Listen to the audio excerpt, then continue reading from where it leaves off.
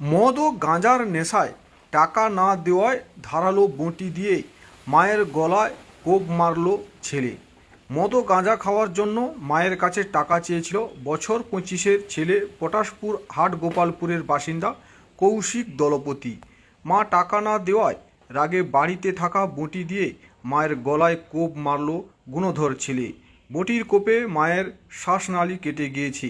আহত অবস্থায় মহিলাকে উদ্ধার করে এগরা সুপার স্পেশালিটি হাসপাতালে নিয়ে যাওয়া হয়েছে এবং পুলিশ ঘটনায় অভিযুক্ত যুবককে আটক করেছে।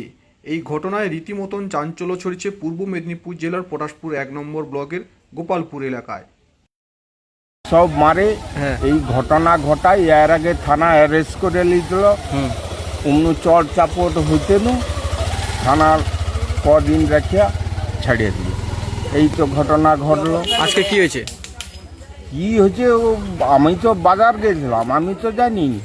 ফোন করতে নু ফোন হইতে নু ছুটে আসি যখন বলে গলা কাটিয়ে দিচ্ছে।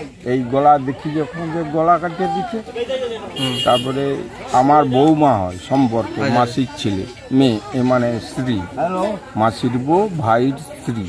আচ্ছা, তাই আমি এসে দেখলাম কথা বলে এই ধার দিয়ে রক্ত ব্লাড বেরিয়ে আসে। ছাঁদাটা চাপা দিলে হয়তো কথা ঘটে। ছেলেটাকে নেশা ভাঙ করতো? কি করতো নাই করতো বাবু, আমি এও ঘরে থাকতি না। আমার স্টোভ হয়েছে, আমি বসে আছি ঘরে, আমি বাইরে থাকতাম। অনেক কিছু ঘটনা বাবু, কি করবো নিজের এইসব পাড়াপতি। আজ তো শুনলি পুলিশ আসছে, আর ঘটনাটা আপনারা তো সব জানেন। আমার নাম সুদর্শন সুদর্শন বেড়া।